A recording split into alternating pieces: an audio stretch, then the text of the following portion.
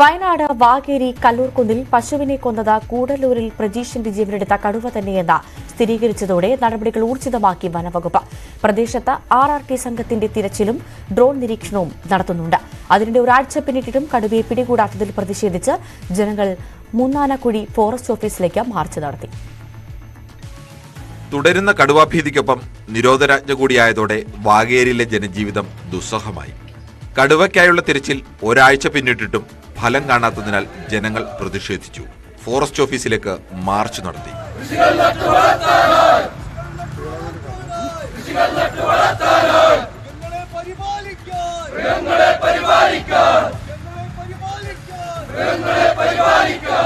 കഴിഞ്ഞ ദിവസമാണ് വാകേരി കല്ലൂർകുന്നിൽ സന്തോഷിന്റെ പശുവിനെ കടുവ കൊന്നത്.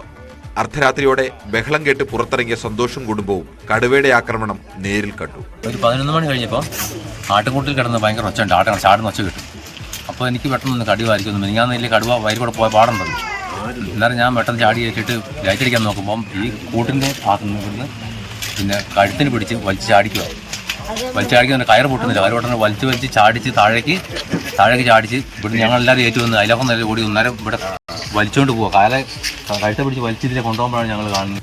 വട്ടത്താനി ചൂണ്ടിയാനിക്കവലയിൽ വൈകുന്നേരം പുല്ലരിയാൻ പോയ ആണ്ടൂർ വർക്കിയും കടുവയെ നേരിൽ കണ്ടു. തുടർന്ന് വനംവകുപ്പ് പ്രദേശത്ത് പരിശോധന നടത്തി.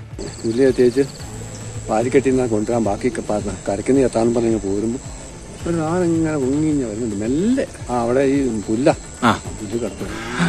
അങ്ങനെ അവിടെ നിന്ന് കൂടി രക്ഷപ്പെടുകയത്.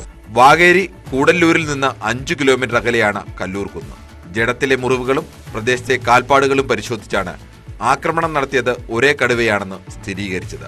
കല്ലൂർ DFO അജിത് കെ രാമന്റെയും റേഞ്ചർ അബ്ദുൾ സമദിന്റെയും നേതൃത്വത്തിൽ കടുവയെ പിടികൂടാനുള്ള നടപടികൾ ശക്തമാക്കി. ഉടമസ്ഥൻ ഈ പശുവിനെ ഇന്ന് ഈ കടുവയ്ക്ക് ഇരയായിട്ട് നൽകാമെന്നുള്ളത് സമ്മതിച്ചിട്ടുണ്ട്. നമ്മുടെ കയ്യിലുള്ള ഏറ്റവും വലിയ കൂട് തന്നെയാണ് നമ്മൾ കൊണ്ടുവരുന്നത്. ഈ പശുവിനെ നമ്മൾ ഇരയായി വെച്ച് ജനവാസ കേന്ദ്രത്തിൽ നിന്നും മാറ്റി സുരക്ഷിതമായൊരു സ്ഥലം നോക്കി ഈ കൂട് നമ്മൾ സ്ഥാപിക്കുകയും ആ കൂട്ടിൽ പരമാവധി ഡിസ്റ്റർബൻസ് ഒഴിവാക്കുകയും ഈ കടുവയെ ഈ കൂട്ടിൽ കയറ്റാൻ സാധിക്കും എന്ന് തന്നെയാണ് നമ്മൾ പ്രതീക്ഷിക്കുന്നത്. ഇടതൂർന്ന കാപ്പിത്തോട്ടങ്ങൾ വെടിവെക്കുന്നതിന് തടസ്സമാകുന്നുണ്ടെങ്കിലും കടുവ ഉടൻ പിടിയിലാകുമെന്ന ഉറച്ച പ്രതീക്ഷയിലാണ് വനം വകുപ്പ്.